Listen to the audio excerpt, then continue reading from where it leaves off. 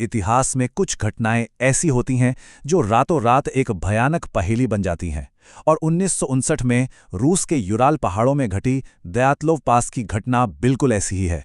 आज के इस गहरे विश्लेषण में हम एक ऐसी बिल्कुल सच्ची घटना के सबूतों और तथ्यों को खंगालेंगे जो किसी भी सस्पेंस थ्रिलर से ज्यादा खौफनाक है। तो चलिए इस रहस्य के पन्नों को एक एक करके पलटते हैं। अब जरा एक पल के लिए इस स्थिति की कल्पना कीजिए। -30 डिग्री की जमा देने वाली ठंड है। इस तापमान में क्या कोई भी बिना गर्म कपड़ों के बाहर निकलने की सोच भी सकता है? बिल्कुल नहीं। लेकिन बेहद अनुभवी ट्रैकर्स का एक समूह रात के घने अंधेरे में बिना कपड़ों और बिना जूतों के अपने टेंट से बाहर भागता है। और सबसे डरावनी बात जानते हैं? सबूत बताते हैं कि वो किसी बाहरी खतरे से नहीं, बल्कि अपने ही टेंट के अंदर मौजूद किसी खौफनाक चीज से जान बचाकर भाग रहे थे। मतलब ऐसा क्या था जिसने उन्हें उस जानलेवा ठंड में मौत की तरफ भागने पर मजबूर कर दिया? तो चलिए इस खौफनाक और आज तक अनसुलझे रहस्य के मूल तथ्यों पर आते हैं। ये केस इतना अजीब था कि सरकार ने सालों तक इसकी फाइलों को दुनिया से छिपा कर रखा था। यहाँ सबसे अहम बात यह है कि ये लोग कोई नौसीखिए नहीं थे जो पहाड़ों में रास्ता भटक गए हों। इगोर द्यातलॉव के नेतृत्व में ये सभी 9 लोग ट्रैकिंग और पहाड़ों की चढ़ाई करने में पूरी तरह से माहिर थे। उनका लक्ष्य था यूराल पहाड़ों की डेड माउंटेन, जिसे मौत का पहाड़ भी कहते हैं, उसकी चोटी तक पहुंचना। 9 लोग गए तो थे, लेकिन कड़वा सच ये है कि उनमें से कोई भी कभी जिंदा वापस नहीं लौटा। इस भयंकर त्रासदी से ठीक पहले के हालात क्या थे, एक बार उस मनहूस यात्रा के शुरुआती दिनों पर नजर डालते हैं ताकि समझ सकें कि शुरुआत में सब कुछ कितना सामान्य था। अगर हम टाइमलाइन को देखें तो जनवरी 1959 में जब ये यात्रा शुरू हुई, सब कुछ बिल्कुल नॉर्मल था। उनके कैमरास से रिकवर की गई तस्वीरों में वो हंसते मुस्कुराते और ट्रिप को एंजॉय करते दिख रहे हैं। सब कुछ परफेक्ट चल रहा था 1 और 2 फरवरी के बीच की उस मनहूस बात तक, जब कई दिनों तक उनका कोई अता पता नहीं चला तो एक रेस्क्यू टीम भेजी गई।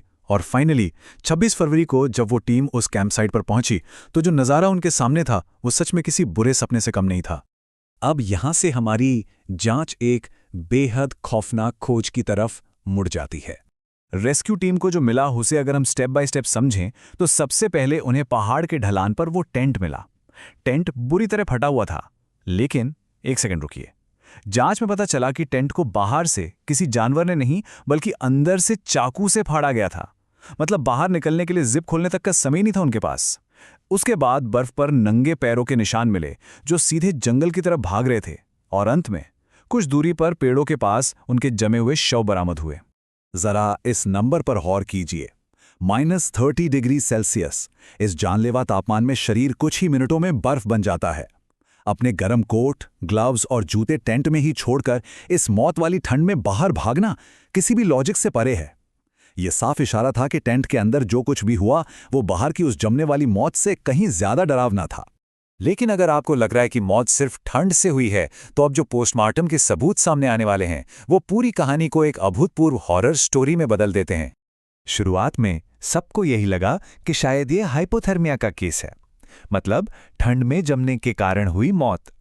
डॉक्टर्स भी यही उम्मीद कर रहे थे कि शरीर पर ठंड से जमने के सामान्य निशान मिलेंगे। लेकिन जो असल चोटें सामने आईं, उन्होंने पूरी मेडिकल टीम के होश उड़ा दिए। मेडिकल टीम की उम्मीद और असलियत में जमीन आसमान का फर्क था। पोस्टमार्टम रिपोर्ट के तथ्य सच में रोंगटे खड़े कर देते हैं। कुछ ट्रैकर्स की पसलियां और खोपड़ियां पूरी तरह से चकनाचूर थी। डॉक्टर्स के शब्दों में कहें तो ये इम्पैक्ट इतना भयानक था जैसे कोई इंसान किसी तेज रफ्तार कार से टकरा गया हो। किसी आम इंसान या बर्फीले जानवर के बस की ये बात ही नहीं थी। और बात यहीं खत्म नहीं होती। एक महिला ट्रैकर के शव से उसकी आंखें और जीभ पूरी तरह गायब थीं।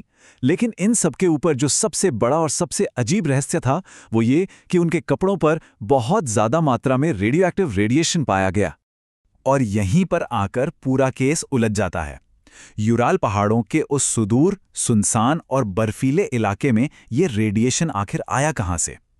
इस एक सुराग ने जांचकर्ताओं को पूरी तरह चकरा दिया। इसने जांच को एक बर्फीले तूफान की थ्योरी से निकालकर एक बहुत बड़े और रहस्यमय घटनाक्रम में तब्दील कर दिया। जाहिर है, इस अजीबोगरीब घटना के बाद कई अनसुलझे सवाल खड़े हुए और जांच के दौरान कई थ्योरीज ने जन्म लिया। अगर हम इन थ्योरीज को तार्किक रूप से देखें तो पहली थ्योरी थी एवलांच, यानी भयंकर बर्फीला तूफान। लेकिन घटनास्थल पर बर्फ खिसकने का कोई भी भौतिक निशान या मलबा नहीं मिला। दूसरी थ्योरी थी किसी जंगली जानवर या येती का हमला, लेकिन वहां बर्फ पर उन 9 ट्रैकर्स के अलावा किसी और के पैरों के निशान थे ही नहीं। फिर एक एंगल आया गुप्त सैन्य हथियारों की टेस्टिंग का, जो कहीं ना कहीं रेडिएशन और सरकार द्वारा इस केस की फाइलों को सीक्रेट रखने की बात को सही ठहराता है। और हाँ, कुछ लोगों ने तो उस रात आसमान में अजीब चमकती हुई चीजें यानी यूएफओज देखे जाने की भी रिपोर्ट की थी। देखा जाए तो प्राकृतिक कारणों से लेकर सीक्रेट मिलिट्री टेस्ट तक हर थ्योरी में कोई ना कोई बड़ी खामी जरूर नजर आती है। आज इस घटना को बीते 60 साल से भी ज्यादा का समय हो चुका है। विज्ञान और फोरेंसिक तकनीक ने आज इतनी तरक्की कर ली है, लेकिन इन सब के बावजूद डेड माउंटेन पर घटी उस खौफनाक रात की सच्चाई आज भी एक अनसुलझी पहेली है। इतना वक्त बीत जाने के बाद भी कोई ठोस जवाब नहीं मिल पाया है। और सबसे अजीब बात देखिए, जब कोई लॉजिकल जवाब नहीं मिला तो रूसी सरकार ने इस केस को बंद करते हुए अपना आधिकारिक निष्कर्ष दिया। उन्होंने कहा कि इन मौतों का कारण एक अनजान और ताकतवर प्राकृतिक शक्ति थी।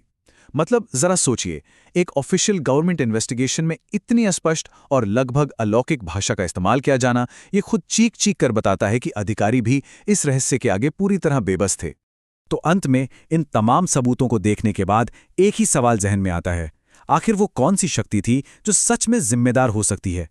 क्या वो प्रकृति का कोई ऐसा रूप था जिसे विज्ञान आज तक नहीं समझ पाया, या फिर कोई सीक्रेट मिलिट्री एक्सपेरिमेंट जो गलत हो गया, या शायद कुछ और भी ज्यादा रहस्यमयी, अंदर से फटा हुआ टेंट, कार क्रैश जैसी चोटें और वो रेडिएशन?